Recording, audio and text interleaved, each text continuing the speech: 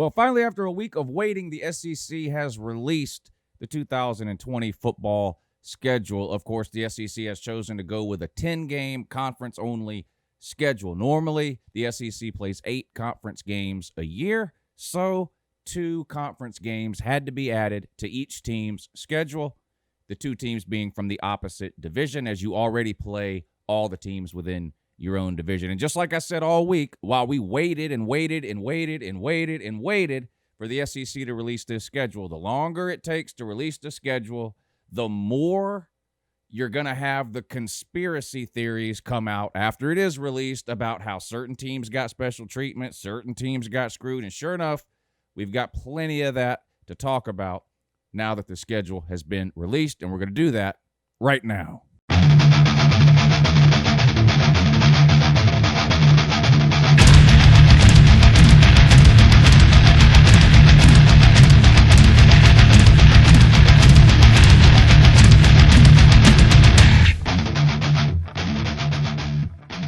Hey, good morning. It's Uncle Lou here. Yeah, that's right. It's me, Uncle Lou. And I'm live for you on LouTube today. Thanks for watching. I really appreciate it also. And two, hit the thumbs up and subscribe to this channel if you're not already. I post college football videos almost every single day of the year. And believe it or not, some of them are actually watchable. I think this one will probably be watchable just because of the interest surrounding the SEC schedule, not because of anything I might do or say during the video, just the subject of the video itself. Anyway, here we go. So the SEC releases the schedule. Right now, I've got this broke down here. Of course, copious notes. You know how I do. I've got this broken down here a couple of different ways. And so we're going to try to figure out, did any teams actually get screwed? If so, who? Did any team get some handouts? And if so, who were those teams? And how fair or unfair, really, is the schedule when you look at it in its totality? Not just the teams that were added, but the overall schedule. All right, we're going to start with the let's start with the SEC West. And first of all, let me say this right off the bat. 2 observations. 2 points I want to make here right off the bat. First off, over the last couple of weeks, we've had a lot of polls get released. Coaches poll, a lot of magazines and publications have put out their preseason poll. Uncle Lou put out his preseason poll, which really is the only one that matters. But over the last couple of weeks, every time one of these polls gets released, hundreds of people show up in the comment section or online chat sections, whatever, with the whole preseason rankings mean nothing. Preseason rankings, they don't mean anything. Okay, if that's true, then why are those same people, or at least some of those same people, now complaining that the 2 teams that got added to their schedule are highly ranked, right? You hear certain teams saying, this isn't fair. We got stuck playing these 2 high-ranked teams while this other team got stuck playing 2 unranked teams. Why are you even – the rankings mean nothing. So anyway, that's my first observation, a little hypocrisy there. Number 2, to sort of make this video a little bit easier for me to do and to understand, I have grouped all of the SEC teams into basically 3 categories so that I can describe groups of teams without naming them all every single time. So the first category of teams I have is quote-unquote good teams. And for the purposes of this video, I just took the 5 SEC teams that are ranked in the top 13, and I'm going to refer to those as the quote-unquote good teams. So that would be, of course, Alabama, Georgia, LSU, Florida, Auburn, and Texas A&M. 6 teams. 6 teams ranked in the top 13. Alabama, Georgia, LSU, Florida, Auburn, Texas A&M. I'm going to refer to those as the good teams. Then I've got a group of teams I'm going to refer to as sort of middle-of-the-road teams. These are teams that aren't ranked, but could potentially finish the season ranked, or at least during the offseason, there's a lot of talk about maybe these teams, winning enough games to become ranked, that kind of thing. And I really only have 2 teams to put in that category, and it's Tennessee and Kentucky. And then I have the bad teams, which is everyone else. So Ole Miss, Mississippi State, and Arkansas from the West. And from the East, Mizzou, South Carolina, Vandy. Is that right? Yeah. I don't think I left anybody out. Anyway, you get the gist, okay? Now, the first thing we're going to look at is what really everybody was talking about yesterday, and that is the two teams that were added to each team's schedule. So here we go, starting off in the SEC West with Alabama. They got added a home game against Kentucky and a road game against Mizzou. One middle-of-the-road team, Kentucky, at home. A bad team on the road, Mizzou. All right, so that's the two that were added. For Auburn, they got added a home game with Tennessee, a middle-of-the-road team for the purposes of this video, and South Carolina on the road, a bad team. LSU, who did they get added to the schedule? Missouri at home, a bad team. Vandy on the road, a bad team. So two bad teams added to LSU's schedule. What about Mississippi State? They got Vandy at home, a bad team, and UGA on the road, a good team. Ole Miss, South Carolina at home, a bad team. Kentucky on the road, middle-of-the-road team. Arkansas, man, Arkansas got added at home, UGA on the road, Florida. Two good teams added there. Texas A&M, Florida at home, a good team. Tennessee on the road, middle-of-the-road team. So initial observations about this schedule, Arkansas got it the worst, right? According to the three categories that I designated at the beginning, good teams, middle-of-the-road teams, and bad teams, Arkansas was the only team in the SEC West who got added two good teams to their schedule, that being Georgia and Florida. Who got it the easiest in the West in terms of teams that were added? LSU. They got added Missouri and Vandy, two bad teams. Everyone else had one of each, either a good and a bad, a good and a middle, or a middle and a bad, right? So that's sort of the initial breakdown of the West. Let's look at the East. Georgia, they got added Mississippi State at home and Arkansas on the road, two bad teams. Florida, they got added Arkansas at home, a bad team, and Texas A&M on the road, a good team. Tennessee, they got added Texas A&M at home, a good team, and Auburn on the road, a good team. Kentucky, Ole Miss at home, a bad team. Bama on the road, a good team.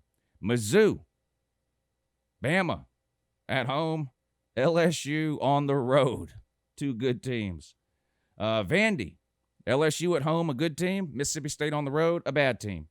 And South Carolina, Auburn at home, a good team. And Ole Miss on the road, a bad team. So brief observations about the teams added in the East.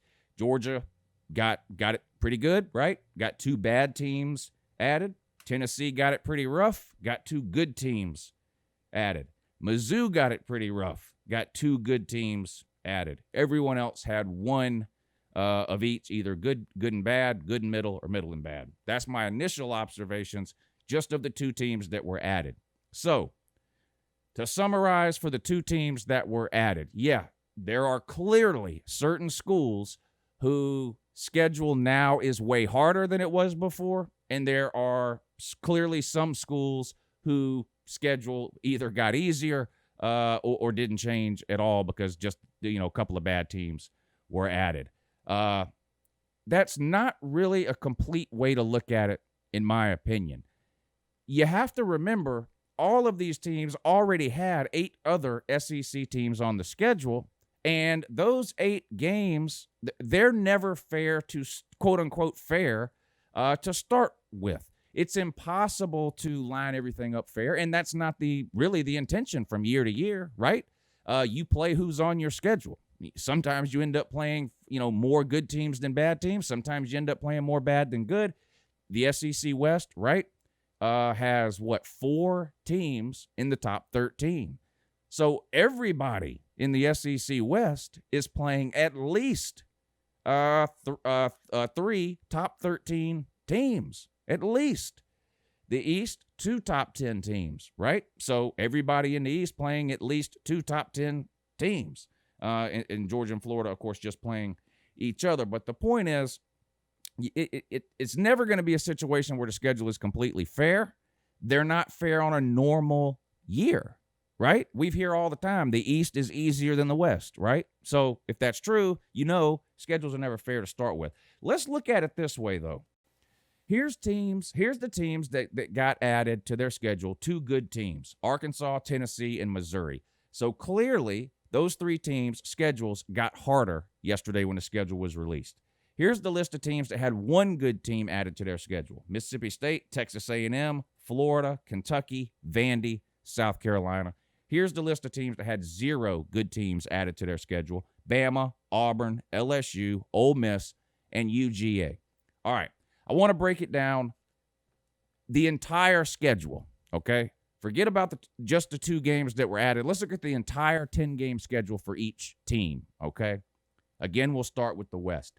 Alabama plays 4 top 13 teams. 4. Auburn plays 4 top 13 teams. LSU plays 4 top 13 teams. Mississippi State plays 5 top 13 teams. Ole Miss, 5 top 13 teams. Arkansas, 6. Arkansas plays 6 top 13 teams. They play all 6 of the SEC teams that are ranked in the top 13 in the preseason. They have the most difficult schedule. Texas A&M plays 4 of the top 13. Let's move on to the East. Georgia plays 3 of the top 13 teams. Florida plays 3 of the top 13 teams. Tennessee, 5 of the top 13 teams. Kentucky, 4 of the top 13 teams. Mizzou, 4 of the top 13 teams. Vandy, 4 of the top 13 teams. And South Carolina, 5 of the top 13 teams. Every single team in the SEC plays at least 3 top 13 teams. So if you want to look at it based just off the preseason rankings, which teams in the SEC have the easiest schedule and which teams have the most difficult. Now, this isn't taking anything into account as far as home versus away, or maybe back-to-back difficult games, which can have an impact and an effect. This is just purely looking at the teams that are on the schedule and trying to figure out who's got the easiest and who's got the hardest. If you go just by who plays the most or the least amount of top 13 teams in the SEC, Georgia and Florida each have an equally easy, if you want to call it that, schedule. They're the only 2 teams in the SEC that only play 3 of the top 13 teams. For Georgia, they play Auburn and at home. They play Auburn at home, Bama on the road, and Florida. That's the 3 top 13 teams that Georgia plays. You look at Florida. They play LSU at home. They play Texas A&M on the road, and, of course, they also play Georgia. 3 of the top 13 teams. Then you move up the list. Who plays 4 of the top 13 teams? Alabama plays 4, right? They play Georgia, and then they play the 3 teams from the West: Auburn, LSU, Texas A&M. Auburn plays 4, right? They play Georgia, and then the 3 teams from the West: Alabama, LSU, Texas A&M. Texas A&M also plays 4, right? Texas A&M plays Florida, and then the other 3 from the West being Alabama, LSU, and Auburn. 5. Ole Miss and Mississippi State each play 5. Mississippi State plays UGA, and then they play the 4 teams from the West that are ranked in the top 13: Alabama, Auburn, LSU, Texas A&M. Same thing for Ole Miss, but they play Florida, and then those same teams. And then Arkansas plays all 6. So you look at the SEC West. Who's got the easiest schedule in the SEC West? Alabama, Auburn, LSU, and Texas A&M each play 4 top 13 teams. Going back down to the East, who's the 2 favorites in the East? Okay, now I know the whole Tennessee, but yeah, I get it. But as far as the actual favorites, not upsets, not dark horse picks, the 2 favorites in the East are Georgia and Florida. They each play 3 top 13 teams, and they play each other. That's pretty fair.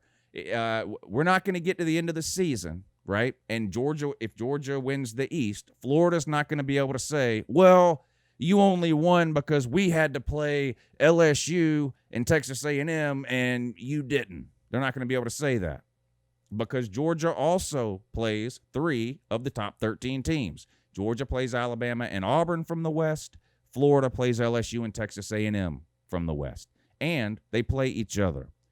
That's a pretty even schedule for the two teams that, let's be real, one of those two teams is winning the East.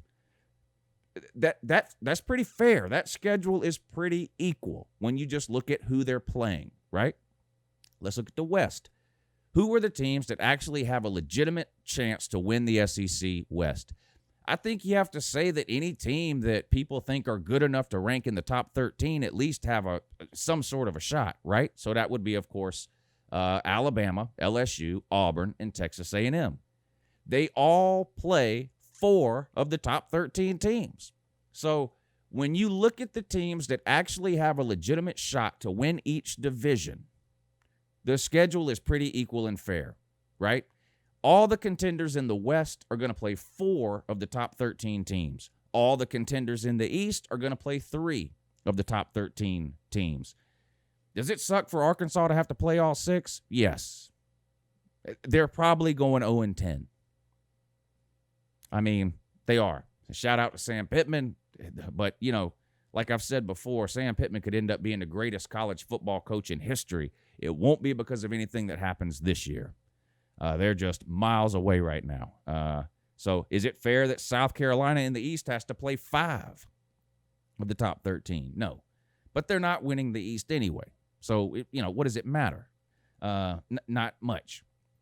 When you look at – so I don't know if they did this on purpose where they said, okay, Georgia and Florida in the East, let's make sure they play the same amount of these ranked teams, and let's look at the contenders in the West and make sure those 4 play the same amount of ranked teams. I don't know if they did that on purpose, but that's how it worked out. So overall, in a year that is going to be really, really weird for a ton of reasons, right? Coronavirus, no spring ball, having to stop and start summer and fall camps because of quarantines and the season being pushed back. You're going to have games where players have to miss because they test positive.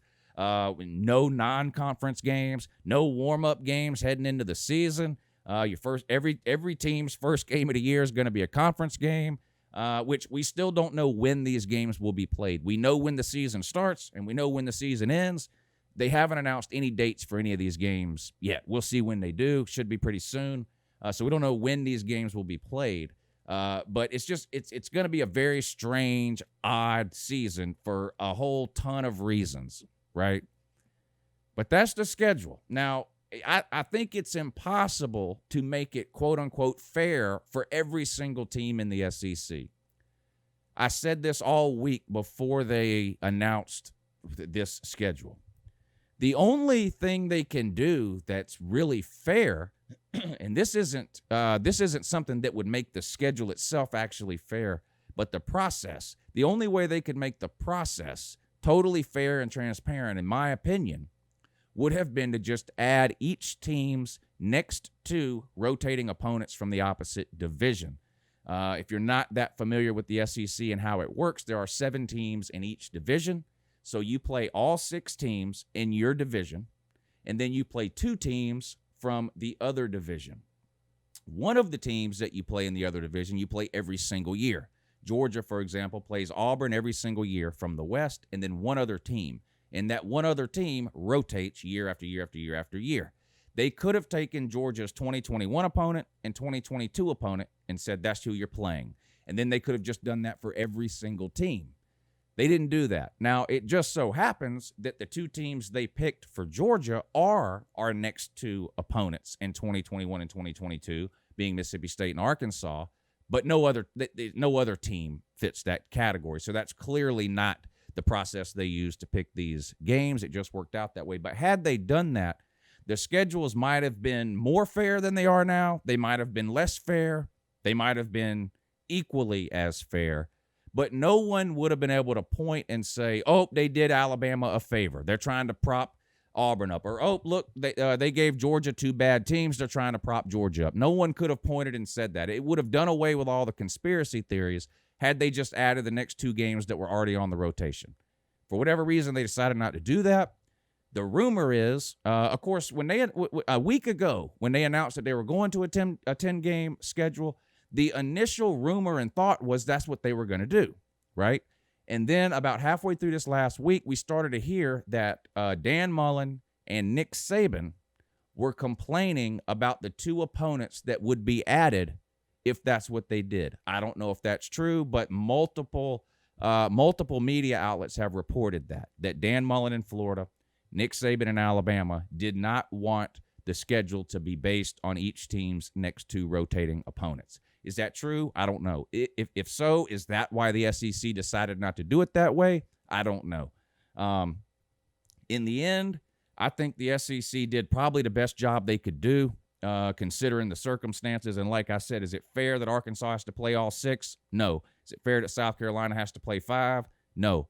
But if you look at the true contenders from each division, I think their schedules are relatively equal, relatively fair. If you just take those 6 teams that are ranked in the top 13, Alabama, Georgia, Florida, LSU, Auburn, and Texas A&M, if you take those 6 teams and you say how many of those 6 teams do each of these contenders play, in the East, each of the contenders, Georgia and Florida, play 3 of those teams, and in the West, each of those contenders play 4 of those teams. And, of course, the reason why the West plays 4 and the East plays 3 is because 4 of those teams are in the West and only 2 of those teams are in the East. So that's how it worked out. Anyway, that's my thoughts on the schedule. I've already seen all the complaints and the crying, but it is what it is. It's an odd season.